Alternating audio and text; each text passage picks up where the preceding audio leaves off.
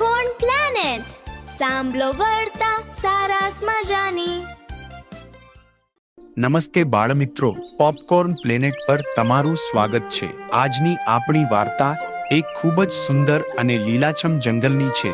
આ વાર્તા છે એક નાનકડી પણ ખૂબ જ હિંમતવાળી ખિસકોલીની. તો ચાલો કાન સરવા કરો અને સાંભળો આ મજેદાર વાર્તા. એક મોટું જંગલ હતું. તેમાં એક જૂના વડના ઝાડ પર એક સુંદર ખિસકોલી રહેતી હતી. તે ખૂબ જ ચંચળ અને દયાળુ હતી. આખો દિવસ તે ડાળીઓ પર કૂદાકૂદ કરતી અને જંગલના બધા પ્રાણીઓ સાથે હળીમળીને રહેતી.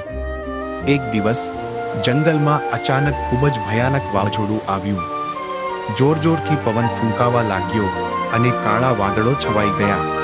જંગલના બધા પ્રાણીઓ ડરીને પોતાના ઘરમાં છુપાઈ ગયા. ત્યારે ખિસકોલીએ જોયું કે પાસેના લીમડાના ઝાડ પર એક નાનકડા પક્ષીનો માળો પવનથી ખૂબ જ હલી રહ્યો હતો. માળામાં રહેલા નાના બચ્ચાઓ ડરીને ચીચી કરી રહ્યા હતા. માળો ગમે ત્યારે નીચે પડી શકે તેમ હતો. ખિસકોલીએ પોતાના જીવની પરવા કર્યા વગર એ માળાને બચાવવાનું નક્કી કર્યું. વાવાઝોડામાં ઝાડની ડાળીઓ જોરથી હલતી હતી, પણ તે હિંમત હારી નહીં. તે ઝડપથી ડાળીઓ પર કૂદતી એ માળા પાસે પહોંચી ગઈ. તેણે પોતાના નાના અને મજબૂત હાથથી માળાને એક જાડી ડાળી સાથે પકડી રાખ્યો. થોડી વારમાં વાવાઝોડું શાંત થયું. પવન રોકાઈ ગયો અને સૂર્યદાદા પાછા બહાર આવ્યા. પક્ષીના બચ્ચા હવે બિલકુલ સુરક્ષિત હતા. પક્ષીની માતા ઉડીને આવી અને તેણે ખિસકોલીનો ખૂબ ખૂબ આભાર માન્યો.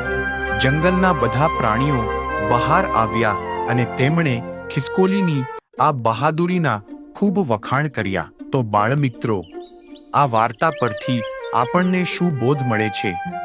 આ વાર્તા આપણને શીખવાડે છે કે કોઈ પણ વ્યક્તિ પોતાના શરીરના કદથી નહીં, પણ પોતાની હિંમત અને સારા કામોથી મહાન બને છે. મુશ્કેલીના સમયે આપણે ડર્યા વગર હંમેશા એકબીજાની મદદ કરવી જોઈએ.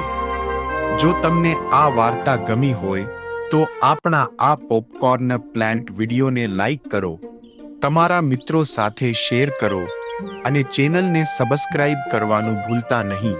ફરી મળીશું એક નવી અને સુંદર વાર્તા સાથે. આવજો.